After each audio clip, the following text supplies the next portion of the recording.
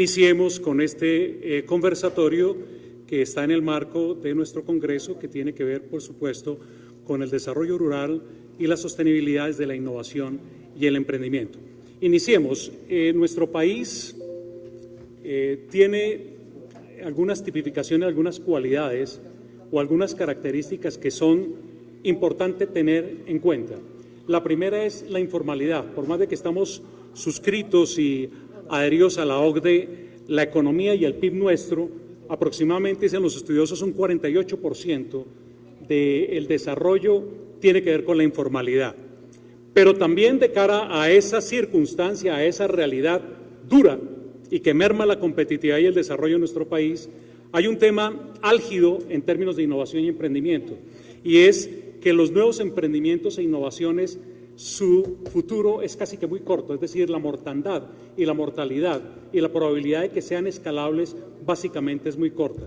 Entonces la pregunta fundamental es, desde las universidades, ¿cuáles deberían ser los factores críticos, los asuntos urgentes que debemos acometer para evitar esta circunstancia y para generar mejoras?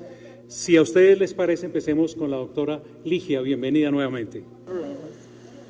La experiencia que tenemos en las universidades, específicamente con este tema de emprendimientos y emprendimientos rurales, son en el sur del país, en el centro del país. Tenemos algunas universidades que están muy vocacionadas para este tema de agronegocios que nosotros hablamos en Brasil, y que tienen como algunos de los fundamentos traer para la universidad rural, además de los conocimientos que ellos tienen en los temas específicos, traer la cuestión de tecnología y tecnologías multidisciplinariedades que son importantes para que el tema de agronegocio pueda desarrollar más rápidamente.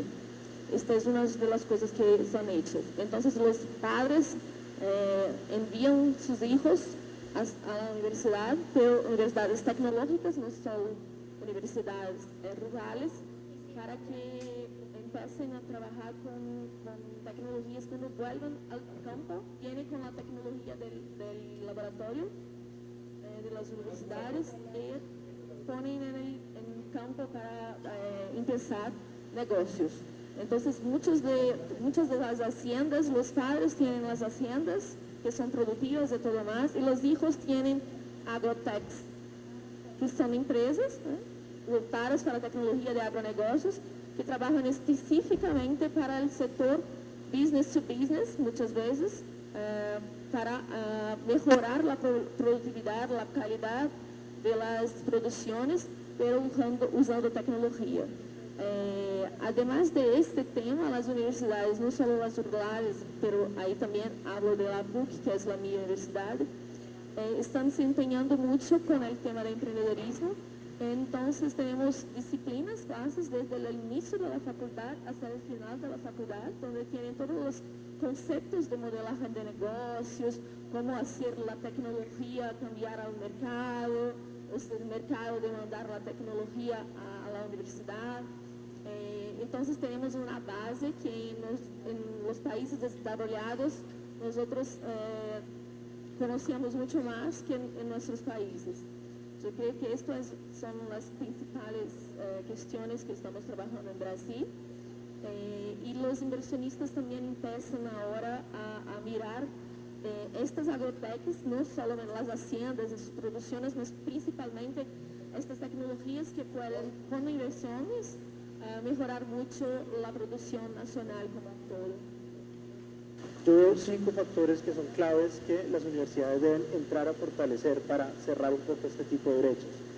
Primero, el primer factor es empezar a trabajar más en procesos de innovación desde cualquier tipo de carrera, sin importar si son ingenierías, ciencias humanas, ciencias naturales o donde se vea, pero además ver la innovación como una herramienta y no como un fin. Entonces a veces hablamos de diferentes metodologías, design thinking, que es una de las más conocidas, y todo el mundo habla de design thinking, de que innovar es muy importante, que innovar es una fuente, pero realmente ¿eso qué significa? O sea, ¿innovar es qué? Innovar es saber para qué vamos a innovar, qué queremos hacer. Queremos hacer un desarrollo tecnológico, queremos llevarlo a una comunidad específica y tener un impacto social, medioambiental y económico también para ese tipo de comunidades. Entonces, una primera invitación es empezar a innovar, a hablar de innovación, pero a vivir la innovación, innovar con sentido. Un segundo factor que yo creo que es importante y es hablar de la investigación aplicada. Yo no sé en qué momento cambiamos el paradigma de que la universidad es un ente que está ya alejado, que solamente produce conocimiento y tiene patentes, investigaciones, 20.000 artículos, pero quedan allá archivados en una biblioteca y por allá en una despensa. Entonces la invitación es a pensar y a repensarnos esos procesos de investigación y cómo los llevamos no solamente a sacar un número de patentes o modelos de utilidad que son importantes para la academia, sino mirar esto cómo se puede poner a disposición de la industria y sobre todo a disposición de la ciudadanía, que es lo más importante. Un tercer factor es definir qué es emprendimiento para cada universidad, porque además hay diferentes tipos de emprendimiento. Hablamos del emprendimiento que todos conocemos, que es el emprendimiento de montar empresa y hacia donde nos quieren llevar, pero ¿qué pasa con el emprendimiento científico? ¿Qué pasa con el emprendimiento social? ¿Qué pasa con el emprendimiento científico, social? Hay otro que es el emprendimiento colaborativo, que hace parte como de lo que se trabaja desde el punto de vista de cooperativas de trabajo y este tipo de cosas. Entonces creo que también es importante que las universidades asuman unos roles frente al emprendimiento y nos salgamos del paradigma que solamente el que emprende es el que monta una empresa o un negocio físico. El cuarto factor es hablar de modelos propios de emprendimiento, y acá hoy seamos conscientes que probablemente en Suecia y en Suiza y en todos estos países que están innovando hay grandes empresas, las famosas empresas unicornios, ¿cuál es la realidad de nuestro país? Hablamos de un país donde les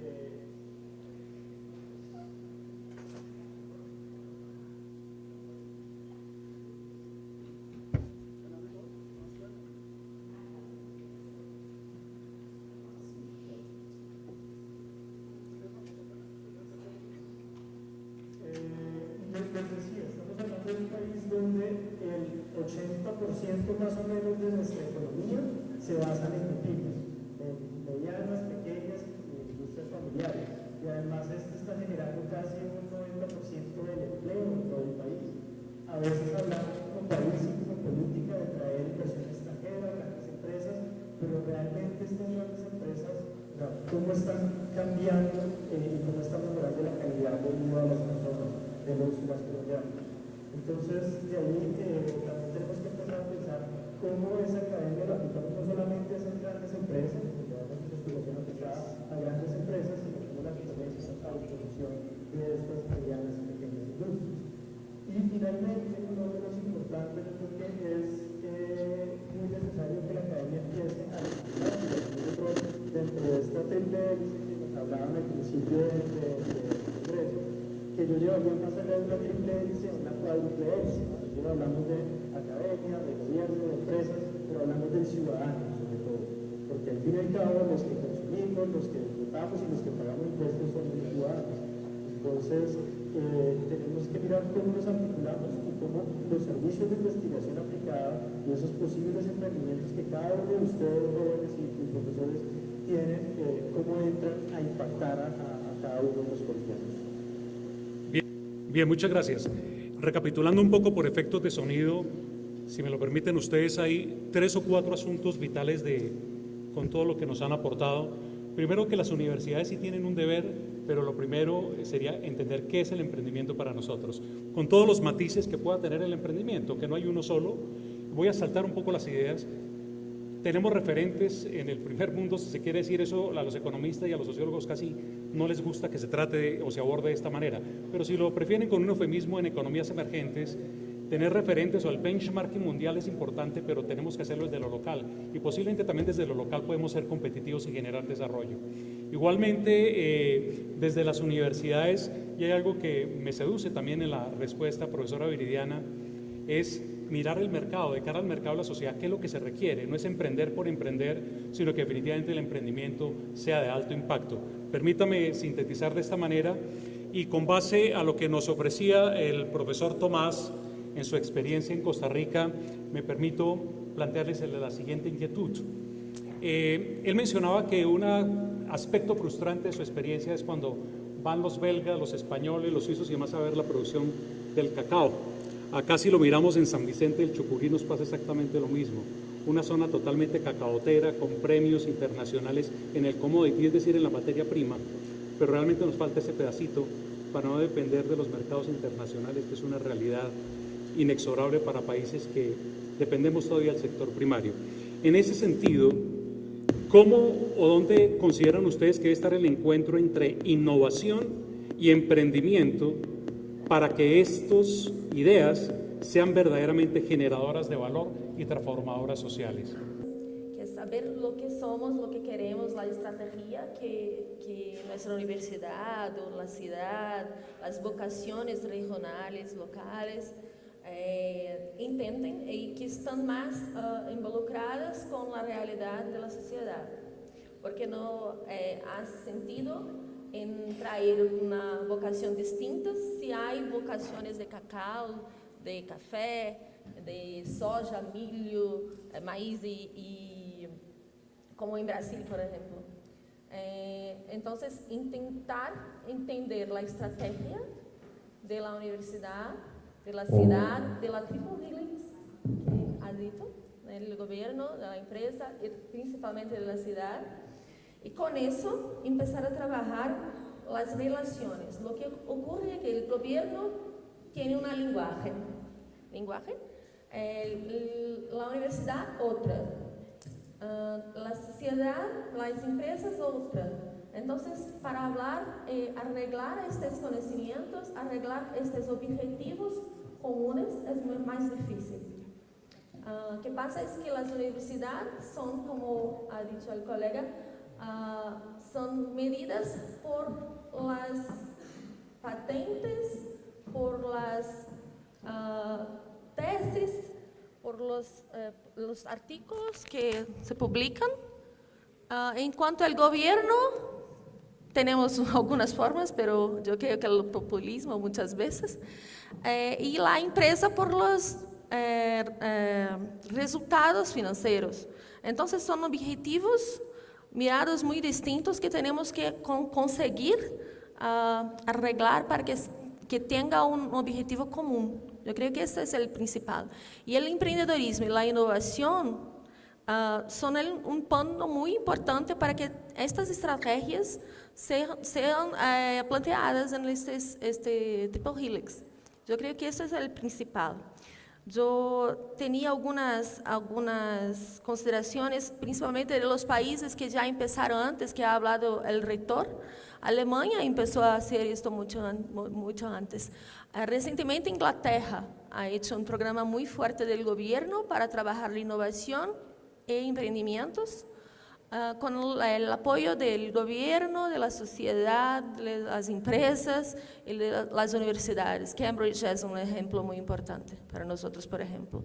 Yo creo que ellos empezaron muy antes y son más efectivos. Nosotros hablamos más do que conseguimos efectivamente hacer. Esa es la verdad. Hay que ver la innovación no como un fin, sino como un camino y una ruta para lo que yo quiera hacer. Y el emprendimiento es esa parte o ese pedacito que nos lleva a aterrizar las ideas en acciones.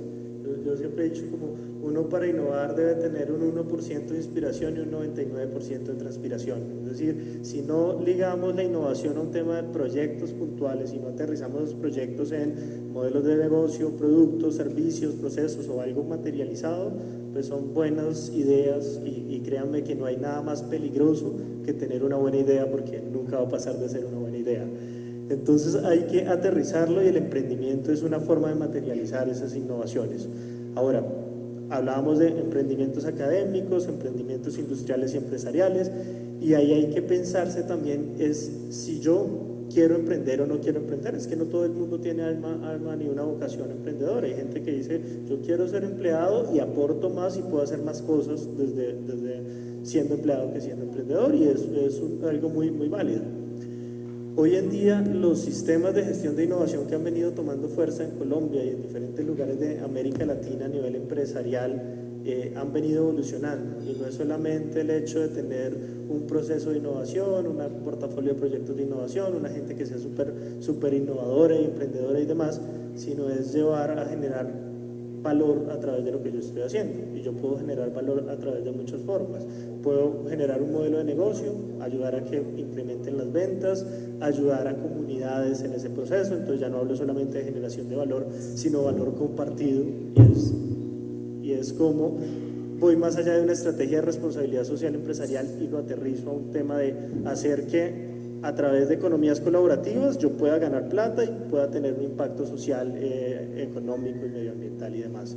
Entonces creo que de ahí lo que vemos hoy en día es que muchas de las empresas que arrancaron hace un tiempo a innovar, que tienen sistemas de gestión de innovación, han llegado a una versión 2.0 de esos sistemas, y son precisamente cuando empezamos a hablar del intraemprendimiento.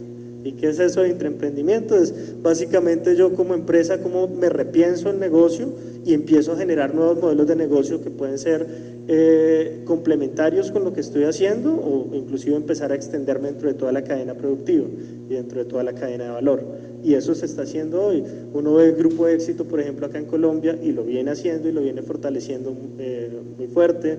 Los bancos, todo el sector fintech también ha venido trabajando, inclusive bancos como el Grupo Bolívar, que es Da Vivienda, y Bancolombia, que es Grupo Bancolombia, han venido abriendo y hablando cada vez más de las finanzas verdes, por ejemplo, y se están metiendo con el sector agro y con el tema de microcréditos agrícolas, porque son oportunidades que hay.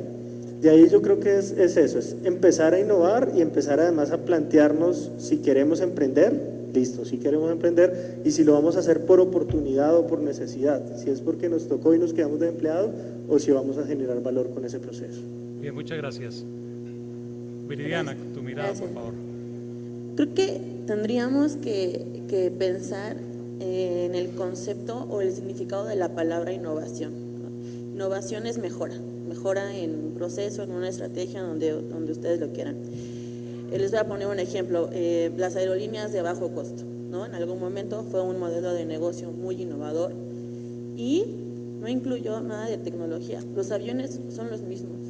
¿Qué fue lo que hicieron? Simplemente quitaron los servicios que la gente pues, a lo mejor no necesitaba, crearon un modelo de negocio nuevo, eficiente, barato y que despegó, ¿no? ¿A dónde voy con esto? Creo que para la parte de desarrollo rural, la innovación se ha centrado mucho en temas de tecnología de punta, en cosas científicas, y a veces tendemos a obviar problemas sociales y de base que son un poco más específicos, ¿no? Por ejemplo, la falta de infraestructura, la falta de comunicación, la falta de organización, en hacer modelos de negocio nuevos y empezar a tener un enfoque sistémico, empezar a ver quiénes son todos los actores que participan en este entorno de desarrollo rural y, bien lo mencionó el doctor Tomás, ¿no? Conectividad. Entonces, el enfoque sistémico creo que es lo que falta.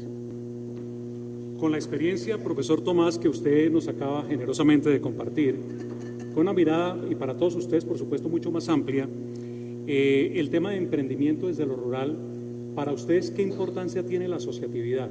Les doy dos datos así al garete.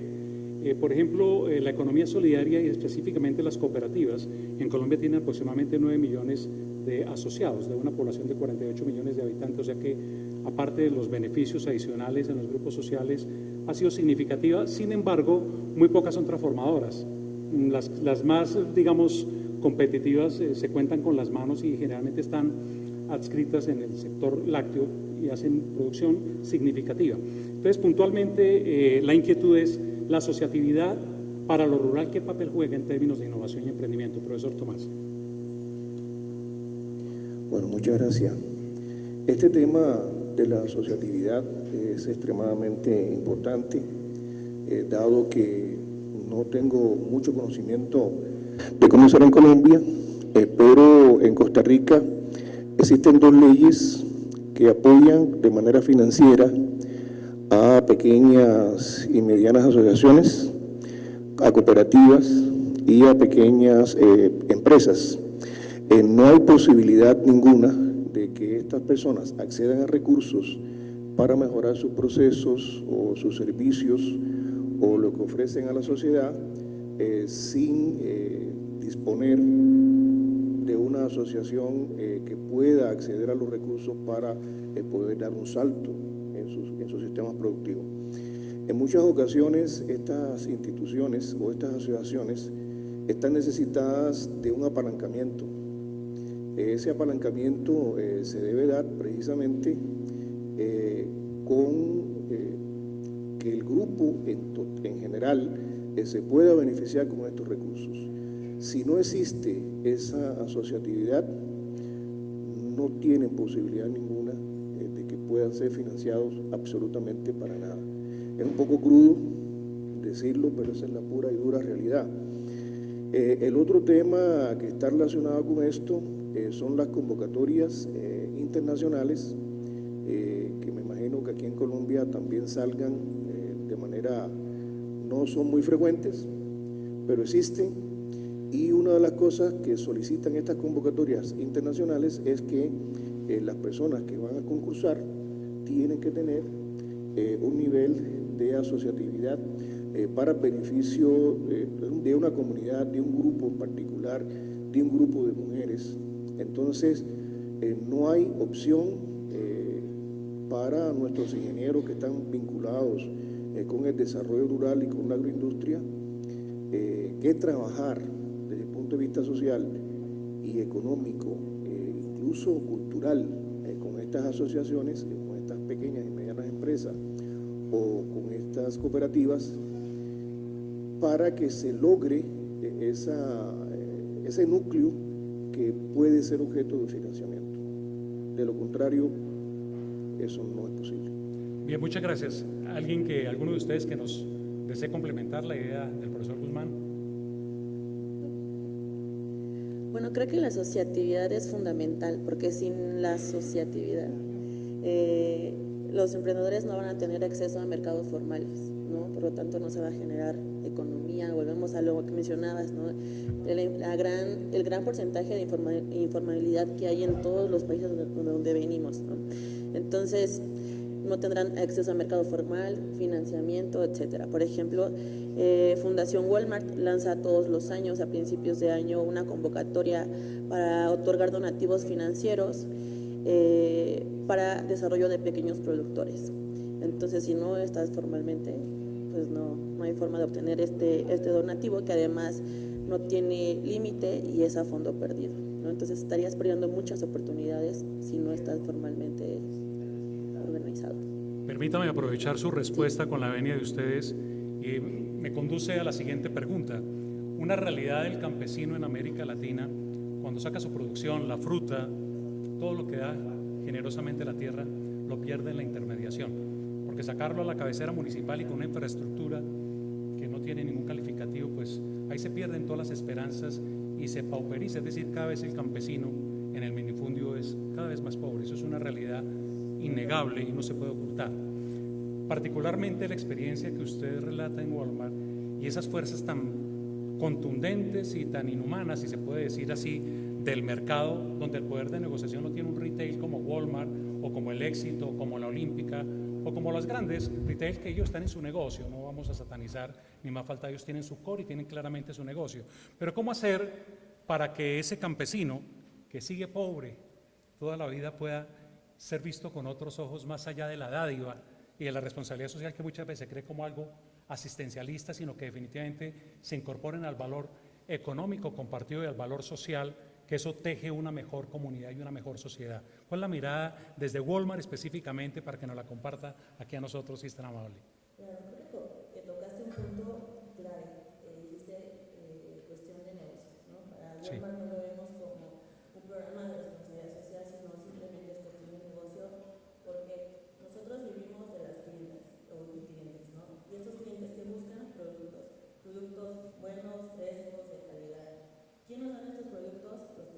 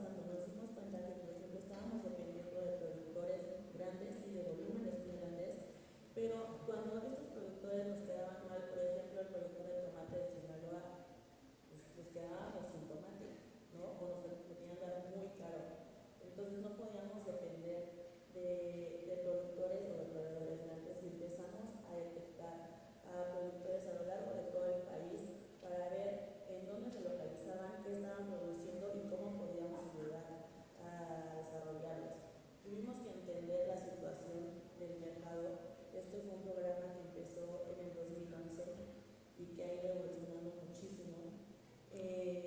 Nos dimos cuenta que había una baja productividad en el campo y, como bien mencionaste, todo debido al intermediario que hoy decimos en México, al coyote. Entonces desarrollamos un programa con el objetivo de tener trato directo con el productor, eliminar este intermediario, porque además de estarle haciendo un mal al productor, porque generalmente o no le pagaba o le pagaba a un precio muy bajo. Para nosotros, al momento de haber un intermediario, nos daban el producto más caro, lo cual tendríamos que darlo más caro a nuestros clientes, ¿no? Entonces empezamos a generar este proyecto, este programa que se llama Pequeño Productor. Nos guiamos, debemos entender que, bueno, Walmart no es un experto en todo, ¿no? Por más el tamaño y esta fuerza que mencionas, nosotros no somos expertos en desarrollar pequeños productores. Tenemos el canal donde ellos pueden pues, vender sus productos, pero nos aliamos con ONGs expertas en desarrollo técnico, expertas en desarrollo empresarial, profesional, humano, y ellos pues se encargan de hacer todo ya el trabajo de campo. Y una parte muy importante es que la empresa tuvo que flexibilizar sus procesos internos, porque no puedes tú tratar de la misma forma a un proveedor grande que a un pequeño productor chiquito. Por ejemplo, a un pequeño proveedor grande se le paga aproximadamente 60-90 días. Tuvimos que llegar a términos de negociación con gente interna de Walmart para que a estos pequeños productores se les pagara 7 días, algo que fue pues súper innovador. Volvemos a lo mismo, no hay nada de tecnología, pero este pequeño cambio innovador les cambia la vida a los productores, ¿no? Temas de financiamiento, temas de capacitación, infraestructura, es un proceso muy largo. Yo creo que aproximadamente desarrollar a un pequeño grupo de productores, desde asociarlos hasta que ya estén viviendo el punto de venta, toma aproximadamente 2 años. Pero la verdad es un proyecto que ha tenido mucho éxito. Hemos logrado generar, yo creo que a la fecha, más de 2.300 empleos directos. Entonces es un proyecto que va muy bien. No les quiero contar más porque mañana les voy a contar más en mi conferencia y si no, se la van a perder. Perfecto. Hugo citaba hace un momento el tema de créditos y que eso de una u otra manera ha venido evolucionando. La bancarización, el microcrédito en Colombia y demás. Sí, darle más acceso, amén de lo que sería deseable que hicieran los bancos y las cooperativas que están para ese propósito. Pero si lo viéramos desde un emprendimiento un poquito más sofisticado, Ligia, quisiera formularte esta pregunta. Los fondos de capital de riesgo, los inversionistas no ven con muy buenos ojos al campo en términos de inversión, porque los retornos y los intereses en términos de rentabilidad pues no son atractivos y posiblemente aquí los fondos de capital de riesgo están asentados en otros ámbitos, en tecnología un poquito más compleja y demás. Entonces, ¿cómo hacer para que ellos nos crean un poco y le crean al campo, entendiendo perfectamente que no es en el commodity, porque para eso están los papeles de inversión a futuro? Entonces yo compro futuro sobre el sorgo y soluciono mi problema como inversionista, sino que se metan de lleno a esos proyectos y que se conviertan, como es el espíritu de los fondos de capital de riesgo, donde hay una experiencia muy fuerte suya. ¿Qué deberían hacer ellos y cómo nos debemos mostrar nosotros para ser atractivos?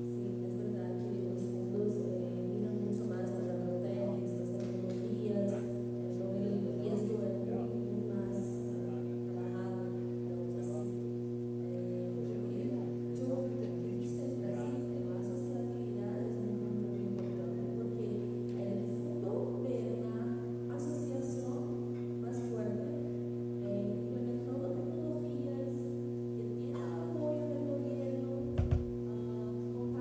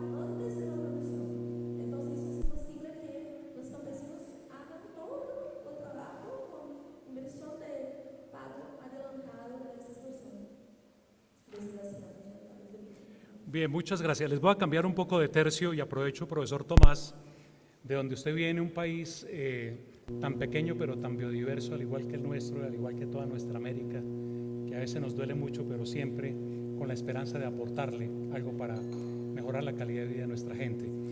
¿Cómo? Y para los cuatro, por supuesto, el tema de biodiversidad y el tema de turismo rural. ¿Cómo conciliar estos dos aspectos para que definitivamente sea sostenible? Porque aparece inclusive en los planes de desarrollo y las políticas del país, bueno, el turismo rural puede ser una buena fuente para mejorar entornos y mejorar colectivos y comunidades, pero ahí tenemos, digamos, la talanquera positiva, a mi humilde modo de ver, del tema el medioambiental. Entonces, ¿cómo conciliar estos dos elementos, profesor Tomás? Biodiversidad y turismo rural.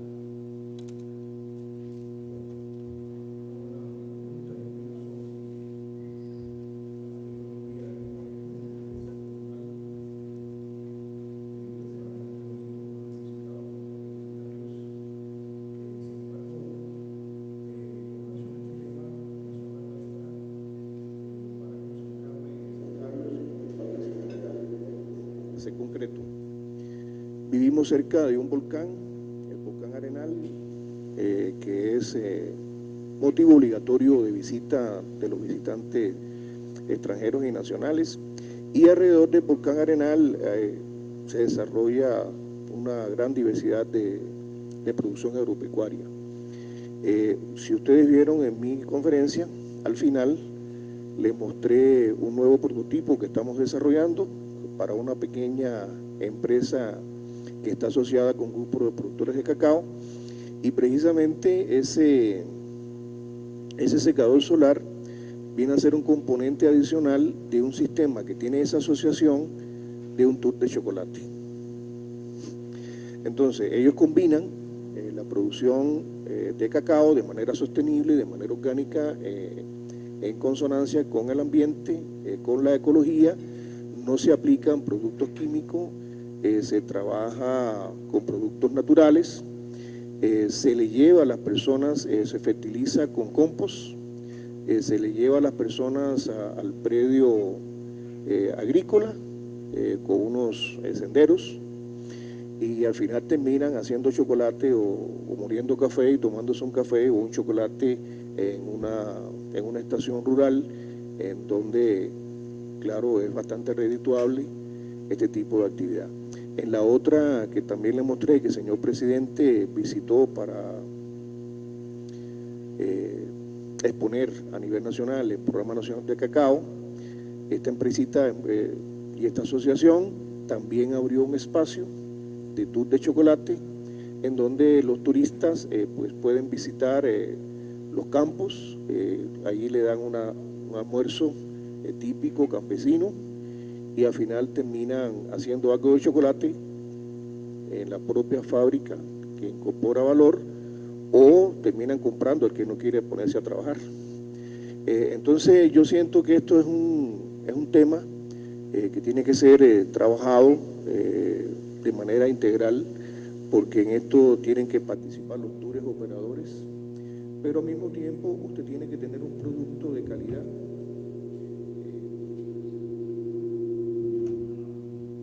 Tiene que tener un producto de calidad que le ofrezca una opción al turista que está muy poco tiempo, para que la gente diga, sí, voy a ir y voy a pagar tal o cual por ese tour de chocolate. Me quería referir muy brevemente a la otra pregunta que usted hizo de los productores, porque yo creo que no escapamos nosotros de eso que usted acaba de plantear.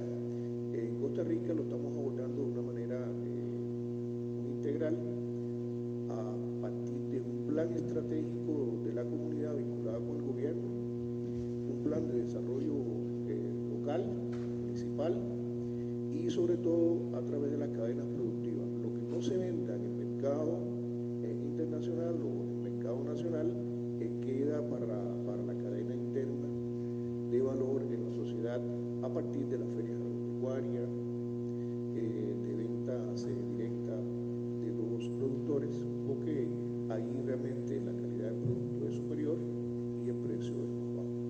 Entonces, con relación a ese tema, en el país hay muchísimos ejemplos de uso de este solamente, por ejemplo, se va a ver chocolate, sino como el país, y específicamente la zona de trópico húmedo, hay una riqueza muy alta en aves, en diferentes tipos de especies, que también los turistas pueden pues disfrutar de lo colorido de las especies que también se ven, pájaros, iguanas, cocodrilos, etc. Sin que los cocodrilos los muerdan, ¿verdad? Entonces, bueno, eso es, no sé si contesté la pregunta. Sí. Hugo, para darle un poquito más de redondez a la pregunta y a los comentarios que ustedes nos han surtido, turismo rural, por favor, y la relación con innovación y emprendimiento. ¿Cuál es tu mirada? Bueno, de ahí hay una cosa que quiero retomar, inclusive de la pregunta pasada. Tengo la oportunidad y la gran fortuna de ser parte de una organización que se llama Travolution, que ha venido consolidando una red de turismo comunitario a nivel de América Latina y Centroamérica. Hace 2 años organizamos acá en Colombia el primer encuentro latinoamericano de turismo comunitario. El año pasado lo hicimos en la ciudad de Guatemala, también el encuentro centroamericano. Y pues tuvimos diferentes entes que apoyaron este tipo de temas. Acá yo quiero retomar una cosa, y es la importancia entre empezar a diferenciar también lo que es el desarrollo sostenible y el desarrollo sustentable, que al principio hablaban del tema como si fueran lo mismo, y creo que sí hay una diferencia muy puntual en el tema, y es, si yo les digo a ustedes, venga, tome esta tesis, sosténgame la tesis, pues usted la sostiene. Pero si yo le digo a ustedes, venga, tome esta tesis, susténteme la tesis, es un tema diferente. Creo que el turismo comunitario y el turismo rural, a medida que se haga desde una perspectiva de desarrollo sustentable, es decir, donde el territorio, la comunidad se involucre en el proceso y sean ellos los que empiecen a jalonar, obviamente con el apoyo de otros aliados y de terceros, podemos generar toda una cadena de valor que fomente el tema. Ahora, volviendo a la pregunta ya más puntual en la cual usted me hizo, es, yo creo que un turista, todos somos turistas un poco, y yo soy un amante particular de los viajes. Si yo voy a un lugar y me encuentro con una experiencia muy chévere, pues yo quiero volver. Y si vuelvo la próxima vez y me encuentro con la misma experiencia muy chévere la vez pasada, pues digo, bueno, pues chévere. Y ya probablemente no vuelvo una tercera vez porque pues sé que es lo mismo y quiero conocer otro tipo de experiencias. Ahí es donde la innovación entra a jugar un papel fundamental dentro de los procesos de turismo comunitario y turismo rural. No lo aterricemos únicamente a turismo rural, hablemos del turismo comunitario, que también pasa en las ciudades, que pasa en el campo y que pasa de muchas maneras. Entonces, a nivel de eso, lo que vemos es que cada vez la cadena de valor del turismo y del turismo rural y del turismo comunitario debe ir sofisticándose también un poco, y eso involucra generar y involucrar nuevos actores al proceso, empezar a enrobustecer esa cadena de valor, porque el turismo no solamente es la plata que me dan a mí como hotelero o a mí como turoperador, sino que empieza a involucrar a muchas personas dentro de esa cadena. La economía familiar campesina que se involucra, que es la que genera los alimentos y el sustento para las personas que van a estar en el territorio, las personas que trabajan como turoperadores, los guías turísticos, los transportadores, y ahí empezamos a ver que el turismo realmente es una fuente de riqueza muy grande. O sea, no en vano el año pasado fue el segundo punto dentro del Producto Interno Bruto en Colombia. La invitación es a seguirlo sofisticando, no lo hablemos y no lo tomemos como una moda, sí hagamos turismo y hagámoslo porque sí, sino miremos si el territorio tiene una vocación, y si hay una vocación real del territorio, cómo vinculamos a esas comunidades para que sean ellas las que sustenten esos procesos y las que se encarguen de proteger al fin y al cabo esas fuentes naturales y esas fuentes hídricas. Bien, para darle paso al auditorio, les formulo la última pregunta para respuestas muy breves si son tan gentiles. ¿Cuál es la importancia que le dan ustedes a los mercados verdes en términos de desarrollo rural? Una tendencia, un boom, y sobre todo para los jóvenes, de pronto una pista, entre ellos las certificaciones que anotaba el profesor Tomás, pero hay algo de pronto un poquito más simple, pero no complejo por ello. Una naranja valenciana orgánica en Mercadona, un competidor de allá de Walmart en España, si es orgánica puede estar a precio hoy a 3,20 euros, mientras si es industrializada puede estar a 70 centavos de euro, más los certificados verdes de cafés que tenemos aquí en Colombia, simplemente para contextualizar un poco a nuestros jóvenes que también nos están escuchando. Entonces, la pregunta, mercados verdes y desarrollo rural, ¿hay un clic, hay unas posibilidades? ¿Cuál es la mirada de cada uno de ustedes, por favor? Aprovecho que yo tengo el micrófono y Sí, señor. empiezo de una. Yo creo que es fundamental y además hay que ver que el mercado verde es un canal de distribución para cosas para productos y servicios que se generen desde el mercado agrícola y que tienen un valor diferencial. Por eso una cantidad de certificaciones, hablamos del FlowShare, de comercio justo, de una cantidad de cosas que generan más valor y en mercados sofisticados pues entran a tener un precio también más equitativo frente al productor original. Yo creo que de ahí yo tuve la oportunidad el año pasado y de estar trabajando en un proceso de compra privada de innovación, es decir, innovación abierta para empresas de diferentes sectores. En las empresas de alimentos veíamos dos temas fundamentales que estaban buscando. Estaban buscando un tema de transformación tecnológica y digital que es transversal a todos los sectores, pero el tema de sostenibilidad puntualmente. Entonces, hoy en día hay una PepsiCo preguntando, oiga, ¿cómo podemos incorporar a productores locales de papas para que me saquen además unas papas con unas características específicas para que me rinda más mi proceso productivo? O encontramos también, no sé, algunos compradores como el Grupo Éxito que dice, oiga, ¿yo cómo puedo empezar a mirar nuevas opciones no sé, dentro de la yuca para cambiar todo el sistema de plásticos dentro de mis supermercados e involucrar nuevos tipos de materiales? Entonces yo creo que a medida en que la economía campesina y además la economía familiar campesina empiece a sofisticarse, es probable que se genere más valor en los productos que empiecen a sacar. Ya no van a ser commodities, sino que van a tener una transformación y eso va a ampliar la posibilidad de los canales de mercados verdes. Bien, ¿alguno de ustedes que nos quiera dar ya el punto final para...? Sí, creo que mi punto de vista es un poco más pesimista, hablando de la realidad de mi país, ¿no? Decía Daniel, ¿no? Los productos con cierto certificado orgánico o cualquier otro certificado son un poco más caros, ¿no? No un poco más, mucho más caros. Entonces, la realidad en México es que el consumidor no está dispuesto a pagar todavía más por un producto orgánico, por un producto certificado de cualquier tipo, ¿no? De pastoreo libre, el que ustedes quieran, porque definitivamente es mucho más caro. Entonces, pues si la gente está decidiendo entre o comprar 1 kilo de huevo, 1 kilo de carne, 1 kilo de naranjas, y todo esto vale solamente 1 kilo de naranja valenciana orgánica, pues perdón, pero tengo que darle de comer a mi familia y prefiero comprar estas 3 opciones, ¿no? Entonces creo que sí va a ser importante, creo que todavía le falta mucho, al menos en México, para que se desarrolle este tema en términos, pues, por las condiciones del mercado, ¿no? Esto hablando como de consumo y hablando como de mercados verdes de desarrollo rural. Ahorita, debido a nuestro gobierno actual, creo que este tema va a sufrir muchísimo para mal por las nuevas legislaciones que están entrando. Por ejemplo, antes, si tú eras un campesino y tenías un árbol, pues pagabas un servicio, no te pagaban un servicio forestal, ¿no? Te pagaban aproximadamente 2.500 pesos por mantener este árbol en buenas condiciones. ¿Qué es lo que está pasando con el gobierno de ahorita? Hay un desconocimiento general de todos estos temas de servicios forestales, sostenibilidad, etc. Entonces, la nueva legislación dice, bueno, si tú plantas un árbol, te doy 5,000 pesos. Entonces, ¿qué creen que está haciendo la gente? Está talando los árboles de ya muchos años.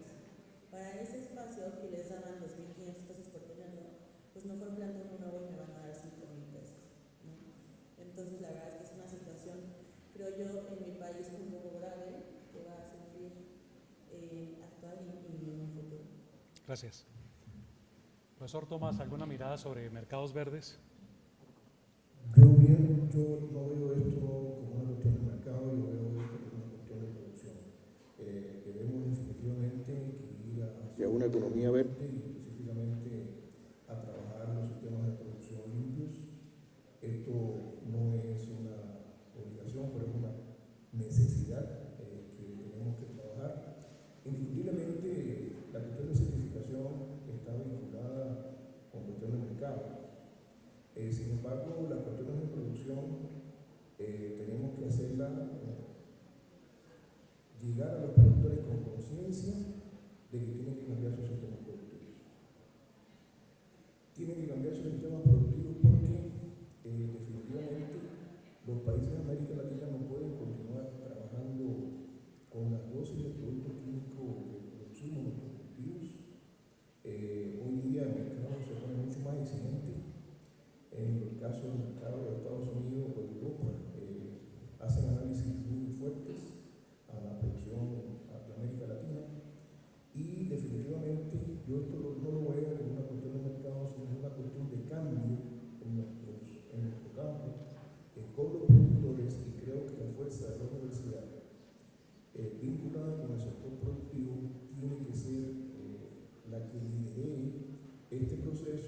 que al final, aunque termine en el mercado, vamos a estar cambiando los ecosistemas para que yo, como persona, y mi familia, y todos los que estamos aquí, cuando nos vayamos a comer una lechuga o un tomate, no nos estemos comiendo productos químicos, sino estamos comiendo de manera sana.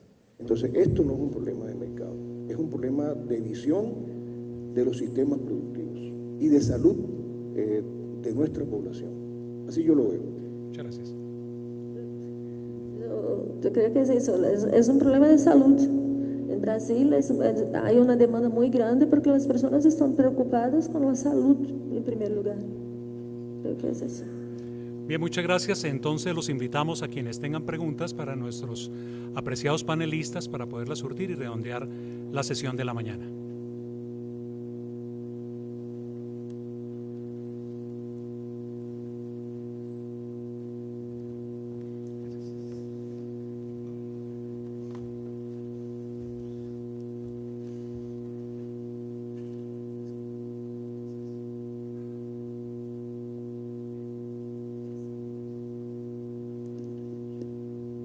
Buenas tardes. Bueno, la pregunta viene orientada en temas políticos de dirección y ejecución, teniendo en cuenta que actualmente está el señor Andrés Manuel López Obrador, está el señor Carlos Alvarado y pues por otro lado el señor Jair Bolsonaro y pues su homólogo colombiano Iván Duque, y claramente reflejan panoramas y espectros políticos opuestos. Pues aquí en Colombia se desarrolló en la contienda anterior, la del año pasado, una desacreditación injusta por sí misma, injusta sobre todos los temas que estamos tratando acá, sobre los temas de mejoramiento, como lo dijo la doctora inicialmente, en temas base, en innovación, en el sector agrario, se vio injustamente desacreditado. Y mi pregunta final, mi pregunta radica en lo siguiente: desde la perspectiva que ustedes tienen, pues que está enriquecida con todo el bagaje internacional que poseen, ¿cómo consideran ustedes el mejor modo de separar el desarrollo de objetivos comunes frente a desacreditaciones populistas o demagógicas? Bueno, creo que, madre, es una pregunta bastante compleja y hay muchas perspectivas para revisarla.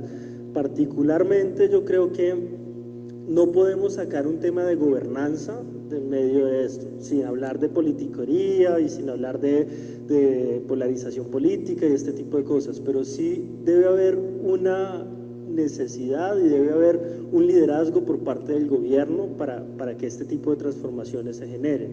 Hay que empezar a redignificar el campo y el agro como lo que es. Es que hoy en día nosotros queremos ser expertos en economía naranja y queremos exportar software y videojuegos y servicios y oiga, ¿y qué pasa con ese país pluridiverso con tantos pisos térmicos, con capacidad de producción increíble, pero que primero está abandonado en buenas partes porque hoy en día la economía campesina y la familia campesina decide emigrar mejor a las ciudades porque allá les va mejor en el campo? No sé si ustedes conocían esta cifra, pero en promedio una familia campesina está viviendo con alrededor de 150.000 pesos al mes, 5 personas. Estamos hablando de menos de, no sé, $50 más o menos, con eso viven 5 personas, hoy una familia campesina en Colombia.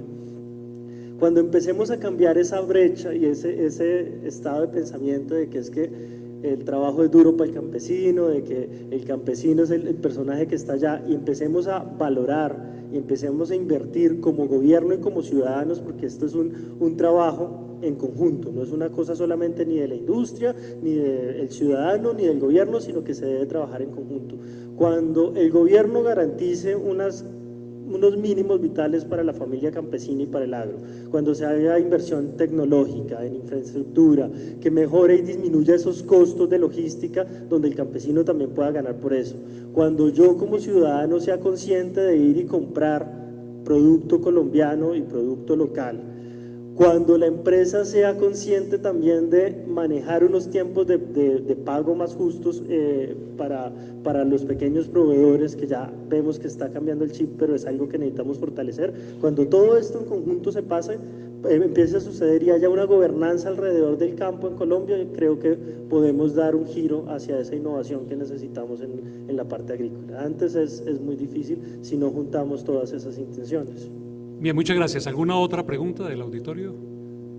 Solo me gustaría algo súper Sí, rapidísimo discúlpame. contestarle a él. Sí. Dice Hugo, no se puede separar, concuerdo completamente, el gobierno forma una parte fundamental. Sin embargo, creo que los ciudadanos estamos acostumbrados a que el gobierno haga todo y le queremos echar la responsabilidad, cuando pues es responsabilidad nuestra, ¿no? Al menos en México, en mi país, cuando vemos que el gobierno no puede tomar como un papel tan activo porque a lo mejor tiene otras prioridades u otras formas de ver el tema que tú quieras, ¿qué está pasando ahorita con el desarrollo rural? La iniciativa privada y la sociedad civil está tomando un papel muy importante. Entonces a ti como campesino, como emprendedor, te toca buscar estas oportunidades y ponerte a trabajar. Gracias.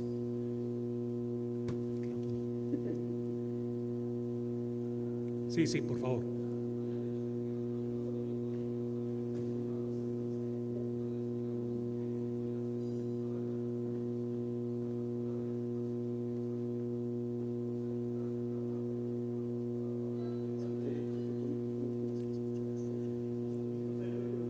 Sí. Digamos que para los productos químicos, ¿cierto? Para cambiar los productos químicos para unos naturales y la conservación de ellos mismos, ¿cómo se podría hacer?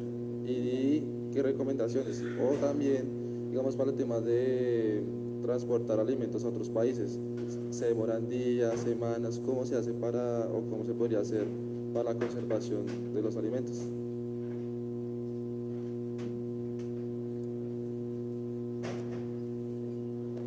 Seguramente, perdón, interpretando la pregunta suya, tiene que ver con fertilizantes, pesticidas, abonos y demás de naturaleza química.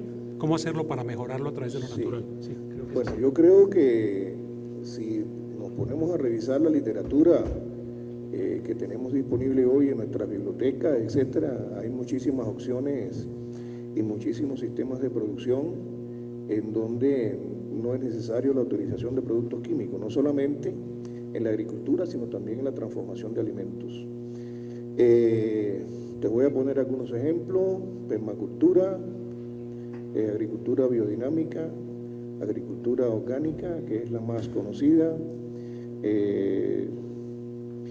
Hay agricultura holística y por ahí agricultura ecológica,